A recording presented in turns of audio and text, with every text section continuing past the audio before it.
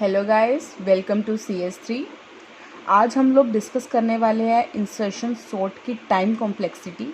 Insertion sort मैंने last lecture में discuss किया था, जो कि इसका पार्ट 1 है, जिसमें हमने एल्गोरिदम डिमॉन्स्ट्रेशन की थी विद एग्जांपल। आज हम इसका पार्ट 2 डिस्कस करने वाले हैं, दैट इज़ टाइम कॉम्प्लेक्सिटी। उससे पहले जिन लोगों ने वीडियो नहीं देखी है इंसर्शन सॉर्ट की, तो पहले वो देखें। बेसिक आइडिया मैं यहाँ पे भी थोड़ा सा डिस्कस कर देती हूँ, पर फुल एक्सप्लेनेशन मेरी लास्ट लेक्चर में है, तो थोड़ा सा बेसिक आइडिया डिस्कस कर लेते हैं। ये मैं लास्ट लेक्चर में भी बता चुकी हूँ वैसे। फॉर एग्जांपल यहाँ पे हमारे पास दी हुई है एक अनसॉर्टेड लिस्ट दी हुई है, जिसमें से मैंने लास्ट लेक्चर में जैसे कि बताया था कि फर्स्ट एलिमेंट जो होता है वो ऑलरेडी सॉर्ट होता है, ठीक है। अब सेकंड एलिमेंट को हमें इंसर्ट करना है प्रीवियस लिस्ट में। प्रीवियस लिस्ट क्या होगी हमारी, उससे पहले वाली।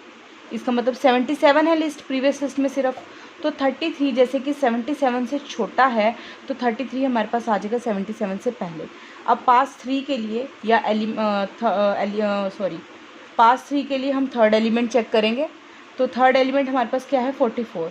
तो 44 को जब हम प्रीवियस लिस्ट में डालेंगे तो ये कहाँ पे आ जाएगा, बिटवीन 33 एंड 77। तो इस तरह जितने हमारे पास एलिमेंट्स होंगे उतने हमारे पास पासेस चलेंगे, और लास्ट पास तक हमारी जो लिस्ट है वो पूरी सॉर्ट हो जाएगी। लास्ट लेक्चर मैंने इसका एल्गोरिथम पूरा डिस्कस कर लिया था। अब हम जल्दी से उसको गो थ्रू कर लेते हैं। टाइम कॉम्प्लेक्सिटी के लिए हमें यूज़ में होगा वो,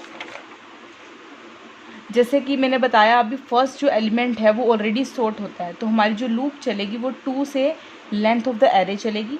हमें एजे को की के अंदर डालना है, उसके बाद हमें इसे एजे को प्रीवियस लिस्ट में इंसर्ट करना है। लाइन 4 to 8 इसी के लिए यूज़ की गई है, जिसमें हमने एजे को प्रीवियस लिस्ट में ऐड किया। ये सब कुछ मैं डिस्कस कर चुकी हूँ लास्ट वीडियो में, आप वहाँ से देख सकते हैं। अब हम कोस्ट में मैं क्या लिखूँगी, मैं कोस्ट में मेंशन करूँगी कि ये स्टेटमेंट है हमारे पास एल्गोरिथम की, उसकी कॉस्ट क्या है रन करने की। और यहाँ टाइम्स में हमारे पास आएगा कि वो जो स्टेटमेंट है कितने टाइम्स रन हुई है। फॉर एग्ज़ाम्पल, फर्स्ट के लिए C1, सेकेंड के लिए C2, थर्ड हमने एजे को इंसर्ट करना है, वो नीचे वाले स्टेप्स में डिस्कस करना है। 4 to 8 तो यहाँ पे 0 आ जाएगा। C4, C5, C6, C7, C8 कितने टाइम्स चली हैं स्टेटमेंट, ये भी मेंशन कर लेते हैं। n-1, n-1, n-1, J to n चलेगा, Tj, फिर से 2 to n, Tj-1, फिर से summation Tj-1 and n-1। Time complexity को हम Tn से शो करते हैं। अब यहाँ पे हमें ये Tn की वैल्यू कहाँ से आएगी, हमारे पास हर एक स्टेटमेंट की कॉस्ट मल्टीप्लाई बाय कितनी बार वो स्टेटमेंट एग्जीक्यूट हुई है, प्लस ये सारी स्टेटमेंट्स।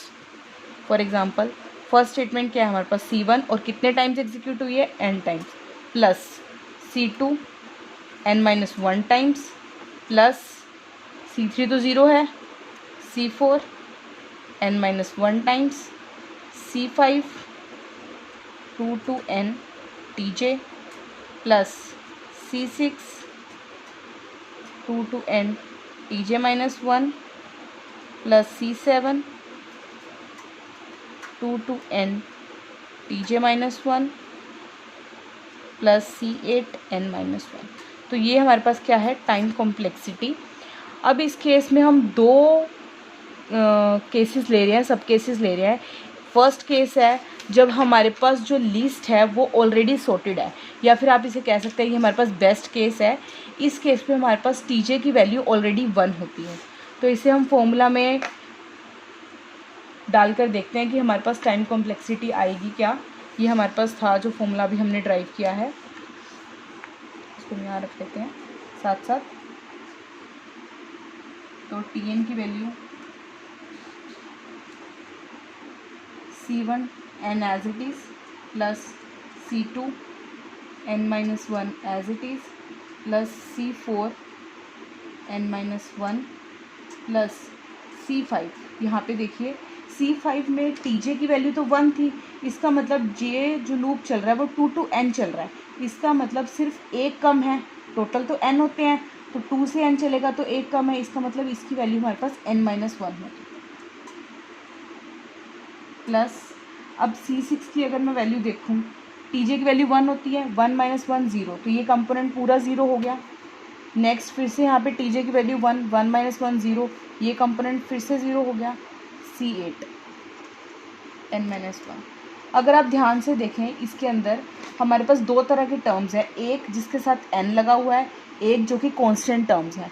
तो हम n वाली टर्म्स अलग कर लेते हैं और कांस्टेंट अलग कर लेते हैं। पहले चेक करते हैं n वाली कौन सी है। C1 के साथ n है, C1 प्लस C2 के साथ भी n है, plus C4 plus C5 plus C8, इन सब के साथ हमारे पास n है जो मैंने कॉमन ले लिया। अब हम देख लेते हैं कि जिन जिन टर्म्स के साथ n नहीं है, माइनस ऑफ, क्योंकि किसी किसी केस में माइनस है तो मैंने माइनस भी कॉमन ले लिया है। इसके साथ सिंगल टर्म नहीं है या कांस्टेंट टर्म नहीं है, इसके साथ है C2 प्लस C4, इसके साथ भी है प्लस C5 प्लस C8। मैं इस पूरे को A ले लेती हूँ और इस पार्ट को मैं B ले लेती हूँ। तो अगर मैं इसको इसमें पुट कर दूँ, ये बन गया मेरे पास AN plus B, where A and B हमने क्या ले लिए हुए हैं, कॉन्स्टेंट्स। अगर आपने मैथमेटिकल इक्वेशन देखी हो तो ये हमारे पास एक लीनियर फंक्शन बन जाता है, लीनियर फंक्शन ऑफ n, या फिर इसकी कॉम्प्लेक्सिटी आप कह सकते हो बिग ऑफ n,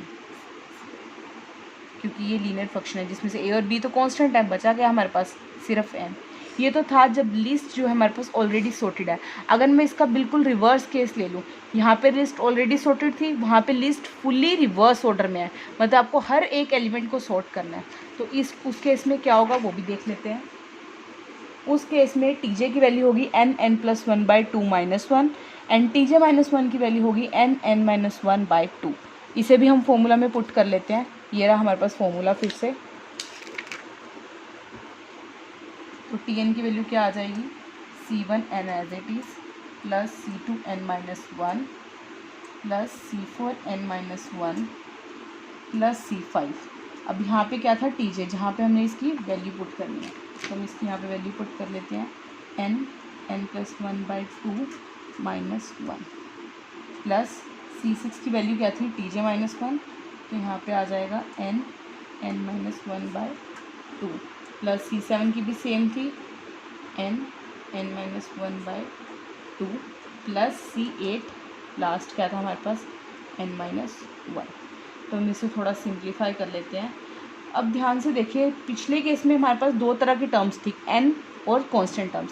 यहाँ पे हमारे पास n² टर्म भी है, n into n n² minus n को अंदर मल्टीप्लाई करोगे तो क्या आएगा n² माइनस n। इसका मतलब n² वाली टर्म भी है, n वाली टर्म भी है और कांस्टेंट तो है ही है। तो हम इसे पहले n² वाली टर्म अलग कर लेते हैं। यहाँ पे n² नहीं है, यहाँ पे नहीं है, यहाँ पे नहीं है, यहाँ से स्टार्ट हो रहा है। और अगर आप नोटिस कर रहे हो तो जिसके डिवीजन में 2 है वहाँ पे हमारे पास n² टर्म्स हैं। तो हम इसे अलग कर लेते हैं। सबसे पहले 2 किसके नीचे है, C5/2 प्लस यहाँ पर C6/2 प्लस C7/2, इन सब के साथ हमारे पास क्या है n² प्लस, अब n वाली टर्म्स अलग कर लेते हैं हम। इसके साथ n है, C1 के साथ yes C1 plus C2 plus C4 plus, अब इसके साथ भी n है, क्योंकि n², अगर n को अंदर मल्टीप्लाई करोगे तो n² प्लस n हो जाएगा। तो C5 के साथ भी है, और 5 के साथ ध्यान रहे 2 भी है नीचे, क्योंकि ये n²/2 और n/2 होगा। तो C5/2 plus C6/2 plus, sorry यहाँ पे माइनस था तो यहाँ हम माइनस लेंगे, plus C5/2 minus C6/2 minus C7/2 और प्लस C8 के साथ भी n² वाली होगी, n वाली होगी। अब हम कांस्टेंट टर्म्स को भी इकट्ठे कर लेते हैं। अब ध्यान से देखना, यहाँ पे कांस्टेंट टर्म्स में माइनस है, तो मैं माइनस पहले ही कॉमन ले लेती हूँ।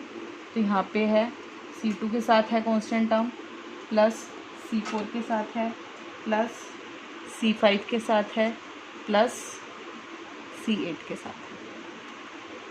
फिर से जैसे हमने उसमें A B C लिया था, इसमें भी ले लेते हैं।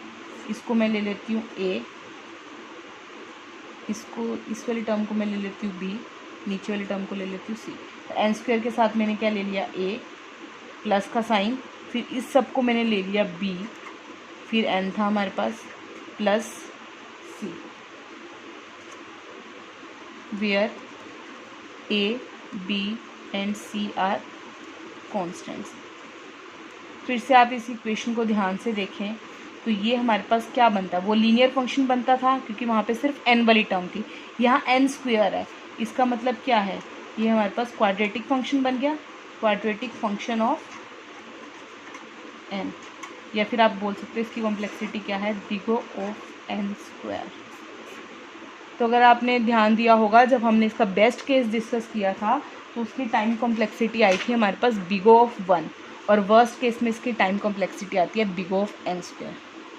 तो गाइस कुछ नहीं है इसमें, बस ध्यान से आपने इस फॉर्मूले में इन वैल्यूज़ को पुट करना है और बहुत ईजिली ये हमारे पास इसकी टाइम कॉम्प्लेक्सिटी निकल जाएगी।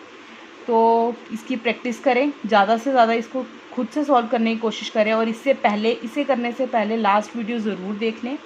और अगर अभी तक आपने मेरे चैनल को सब्सक्राइब नहीं किया है तो प्लीज़ बेल आइकन को दबाइए ताकि आप मेरी लेटेस्ट वीडियोस देख सकें। और इससे नेक्स्ट लेक्चर में हम सिलेक्शंस और डिस्कस करेंगे। Thank you very much.